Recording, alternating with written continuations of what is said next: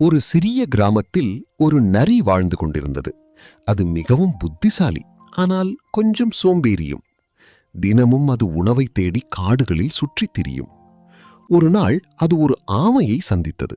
அந்த ஆமை மெதுவாக நடந்தாலும் எப்போதும் அமைதியாகவும் உறுதியுடனும் இருந்தது. நரி அதை பார்த்து சிரித்தது. "நீ இவ்வளவு மெதுவாக நடந்தால் எப்படி எதையும் சாதிப்பாய்?"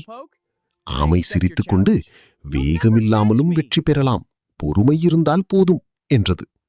அதற்கு நரி சவால் விட்டது. "நாம் போட்டி போடலாமா? யார் சீக்கிரம் மலைமேல் சென்று சேருகிறோம் பார்க்கலாம்." போட்டி ஆரம்பமானது. நரி வேகமாக ஓடிவிட்டு பாதியிலேயே ஓய்வெடுக்க நினைத்தது. இந்த ஆமை எப்போதும் என்னை அடையாது என்று நினைத்து தூங்கிவிட்டது. ஆனால் ஆமை மெதுவாகவும் இடையறாத முறையிலும் சென்று கொண்டே இருந்தது. இறுதியில் அது மலை உச்சியை அடைந்தது.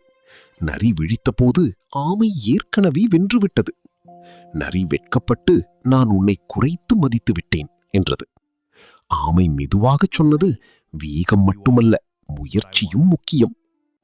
கதை நெறி: பொறுமையும் தொடர்ந்து முயற்சியும் இருந்தால் பெரிய வெற்றிகளை அடையலாம்.